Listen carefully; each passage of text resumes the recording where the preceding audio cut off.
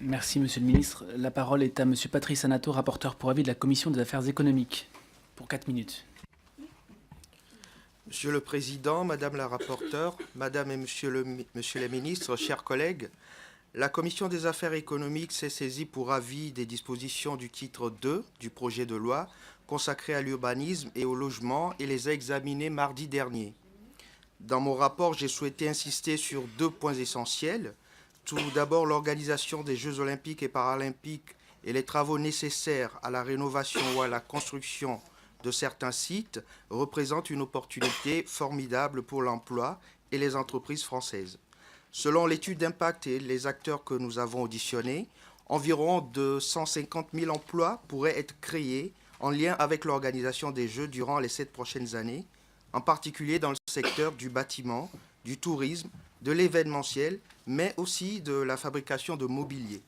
Mais pour que l'emploi et les entreprises locales bénéficient en priorité de l'organisation de ces Jeux, des conditions doivent être réunies. C'est pourquoi nous avons adopté à l'unanimité à la Commission des affaires économiques un amendement consistant à rendre obligatoire l'inscription de clauses d'insertion sociale dans les différents appels d'offres des maîtres d'ouvrage par l'intermédiaire d'une charte adoptée par la Solideo.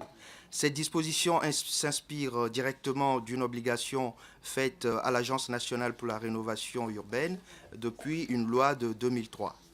En outre, pour les territoires qui accueilleront les différents sites de compétition, les Jeux olympiques et paralympiques doivent être un accélérateur d'investissement au service de la population locale.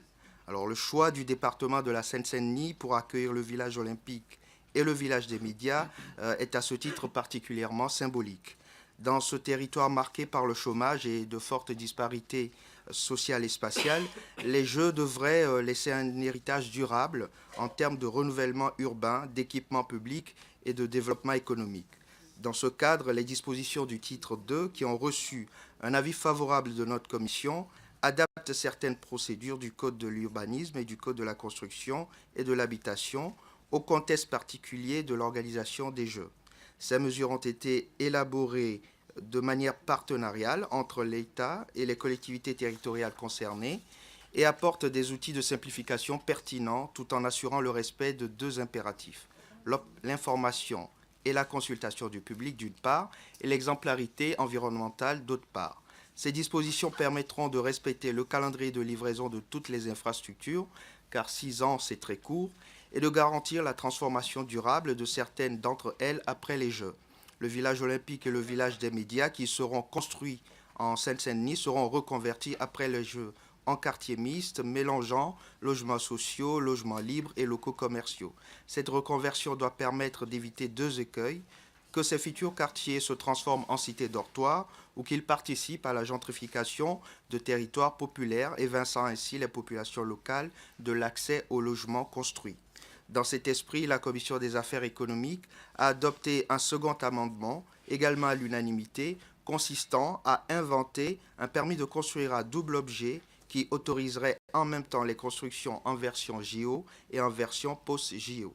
Ces dispositions qui représentent une véritable innovation en matière de droit de l'urbanisme permettrait de sécuriser les 2 utilisations futures des futurs bâtiments et de gagner du temps. Donc, depuis la commission de la semaine dernière, nous avons continué à travailler collectivement sur ce sujet en lien avec le gouvernement et j'ai bon espoir que nous aboutissions aujourd'hui. Je vous remercie. Merci, Monsieur Anato. Monsieur Mazar n'est pas encore arrivé, pour des raisons climatiques, semble-t-il. Donc nous espérons qu'il arrivera à bon port.